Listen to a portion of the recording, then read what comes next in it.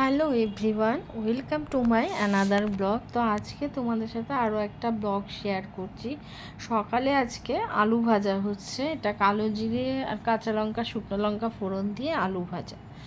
আর আমি এদিকে চায়ের দুধটা বসিয়েও দিয়েছি, দুধটা প্রায় ফুটে এসছে।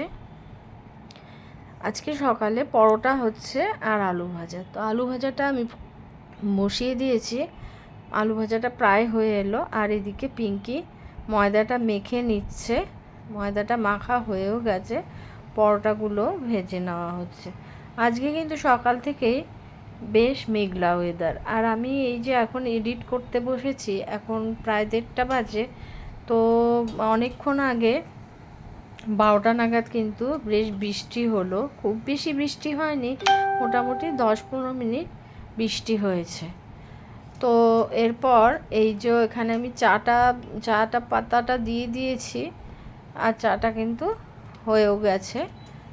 তো এরকমই মানে সকালে রান্না হচ্ছে, আর তার মধ্যেই দুপুরেরও কী হবে সমস্ত কোটাকুটি হয়েও গেছে। তো আমি ছেলেকেও, আজকে বাড়িতেই আছে, ছেলেকে আমি সকালের জলখাবারটা দিয়ে দিচ্ছি। আর সবাইকে খাবার দেওয়া এটাও তো একটা দায়িত্বের মধ্যেই পড়ে। আর এই আলু ভাজা শুকনো লঙ্কাটা খেতে কিন্তু আমার বেশ লাগে। আর আমি একটু পরে খাবো, তো এখন আমি খাবো না। সকালে এমনি লিকার চাটা খেয়ে নিয়েছি। তো আমি পরে স্নান টান করে সমস্ত মানে স্নান পুজো দেওয়াটাও একটা পার্ট থাকে। তো ওই স্নান পুজো করে তারপর আমি খাবো। বাট বাড়িতে যারা আছে সবাইকে খাবারটা আমি দিয়ে দিচ্ছি। তো ছেলেকেও দিয়ে দিলাম, আর এটা পিঙ্কিকেও দিয়ে দিচ্ছি, ও খেয়ে নেবে। এরপরে দুপুরের রান্না, দুপুরে আজকে মোচার ঘন্ট হচ্ছে। আর হচ্ছে এদিকে ভাতটাও তো বসে গেছে, ভাতটা ফুটে গেছে, ভাতের জল।